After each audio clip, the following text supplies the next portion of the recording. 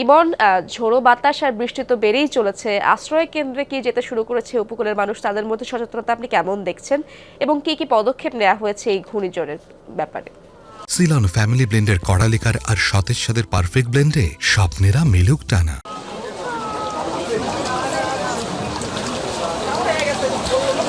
ইশরাত, আমি মূলত রয়েছি বিষখালী নদীর পাড়ে এবং বিষখালী নদীর যে ফেরিঘাটের যে মূল সড়ক সেই সড়কের মাঝখানে আসলে আপনি দেখতে পাচ্ছেন যে এই সড়কটি পুরো পানিতে কিন্তু ডুবে গেছে, বিষখালী নদীর পানিতে। এবং এখান থেকে অনেক যাত্রী কিন্তু যারা দূর দূরান্ত থেকে এসেছে তারা কিন্তু পার হতে চাচ্ছে, কিন্তু ইতিমধ্যে কিন্তু প্রশাসন আপনার এখানকার যে ফেরি এবং খেয়া পারাপার বন্ধ করে দিয়েছে, যে কারণে কিন্তু অনেক যাত্রী কিন্তু ইতিমধ্যে দুর্ভোগে পড়েছে। এখানে এক যাত্রী আছে, তার সাথে একটু কথা বলতে যাচ্ছি। আপনারা কোত্থেকে এসেছেন এবং কোথায় যাবেন? আমি কুয়াকাটায় গেছিলাম, ওইখান থেকে আসছি। এখন আমরা ওই পাথরঘাটা যাব, এর জন্য খাওয়ার জন্য দাঁড়িয়েছি। কিন্তু এত বৃষ্টি আর এত পরিমাণ পানি যে দাঁড়ানোর মতো অবস্থাও নাই।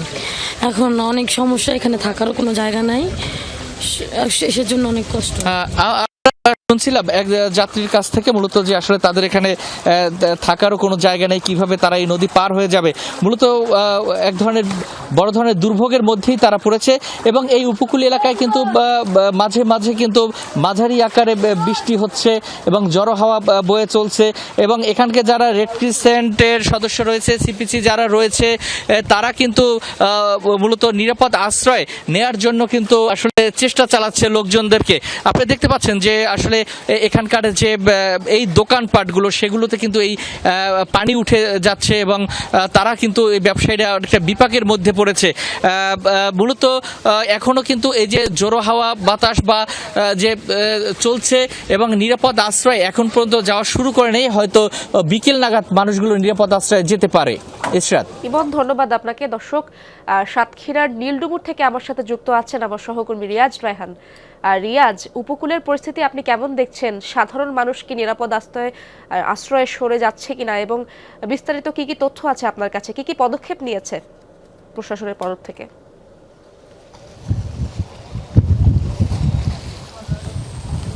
ইরশাদ, যতই সময় গড়াচ্ছে ততই একেবারে এই সাতক্ষীরা অঞ্চল, পুরো সুন্দরবন লাগোয়া যে বিশাল উপকূল রয়েছে সেই উপকূলের মানুষের মধ্যে আতঙ্ক বাড়ছে। এবং আমি এখন যেখানে রয়েছি খোলপেটুয়া নদী, সেটির পানিও বাড়ছে। আপনি দেখতে পাচ্ছেন যে পানির যে তোড় সেটি একেবারে পাড় পর্যন্ত এসে পৌঁছে গিয়েছে এবং প্রচণ্ড ঝড়ো বাতাস হচ্ছে। কিছুক্ষণ পরপরই অনেক ঝড়ের যে গতিবেগ সেটি বাড়ছে কমছে, এভাবে চলছে। তবে যেহেতু এখন জোয়ার চলছে, কিছুক্ষণ পরে ভাটা নামবে এবং সন্ধ্যার দিকে আবার বিকেল নাগাদ জোয়ার আসবে এবং সন্ধ্যা 6টার দিকে আবার ভাটা হবে।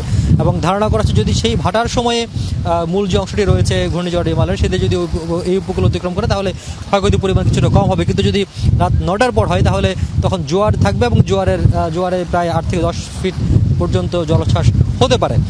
তবে এখন পর্যন্ত আমরা যতটুকু খবর নিয়েছি যে আশ্রয়কেন্দ্রে এখনও মানুষ যাওয়া শুরু করেনি। তবে স্বেচ্ছাসেবী সংস্থা থেকে শুরু করে সরকারি সংস্থা, প্রত্যেকটি সংস্থা থেকে সমন্বিতভাবে তাদেরকে যেতে বলা হচ্ছে।